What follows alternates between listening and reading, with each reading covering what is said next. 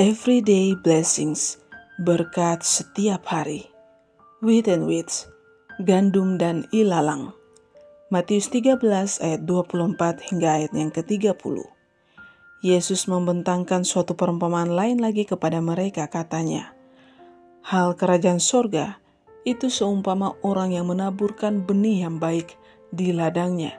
Tetapi pada waktu semua orang tidur, datanglah musuhnya menaburkan benih lalang di antara gandum itu, lalu pergi. Maka datanglah hamba-hamba Tuan ladang itu kepadanya dan berkata, Tuan, bukankah benih baik yang Tuan taburkan di ladang Tuan? Dari manakah lalang itu? Jawab Tuan itu, seorang musuh yang melakukannya.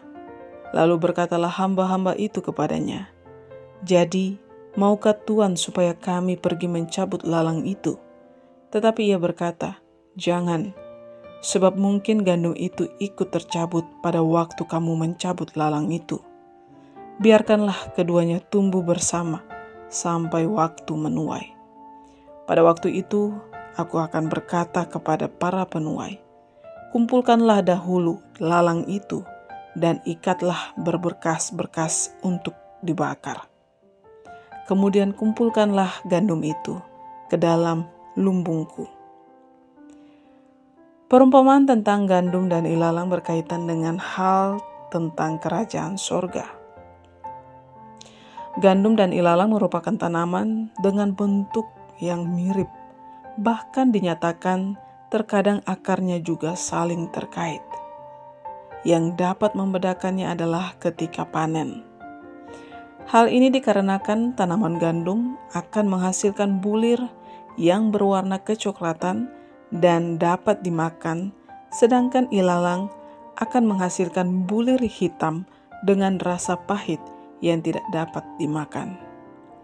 Pada saat masih bersama-sama di ladang, mungkin ilalang juga dapat merasa menjadi gandum karena ada di lingkungan, memperoleh nutrisi yang sama, dan hidup saling berdampingan dengan gandum.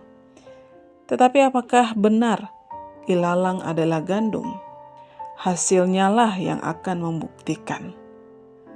Tuhan Yesus mengajarkan perumpamaan ini karena ingin menyatakan kepada kita bahwa ilalang terkadang bukan orang asing, bukan orang yang jauh dan tidak pernah mendengarkan firman, melainkan ilalang adalah benih yang ditaburkan si iblis yang menghancurkan firman yang telah lebih dahulu ditaburkan.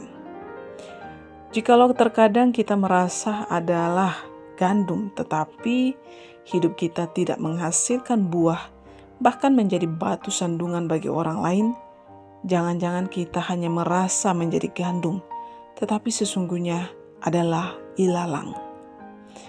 Untuk menjadi gandum, tentunya kita harus menghasilkan buah yang baik. Tetapi buah roh ialah kasih, sukacita, damai sejahtera, kesabaran, kemurahan, kebaikan, kesetiaan, kelemah lembutan, penguasaan diri. Ada tercantum dalam Galatia 5 ayat 22 hingga 23a. Jika kita menghasilkan buah roh, di mana kehadiran kita membawa damai dan bukan perpecahan, membawa berkat dan bukan kutuk, membawa kasih dan bukan kebencian, dengan kelemah lembutan dan kerendahan hati melayani orang lain.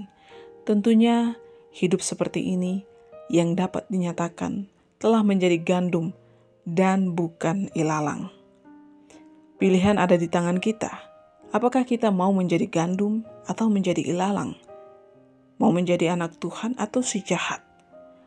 Anak si jahat bukan berarti jauh dari lingkungan gereja atau lingkup kerohanian, tetapi yang tidak menghasilkan buah yang baik. Misi kita hari ini, mengenali diri sendiri dan berusaha menghasilkan buah roh dan menjadi berkenan di hadapan Tuhan. Mari kita berdoa.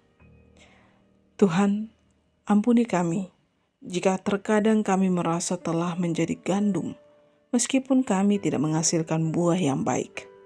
Terangi jalan hidup kami, sehingga kami dengan rendah hati mau menyadari keadaan kami sesungguhnya dan bertobat, serta memperbaiki diri agar semakin hari semakin disempurnakan dalam menjalani hidup yang telah dianugerahkan Tuhan bagi kami.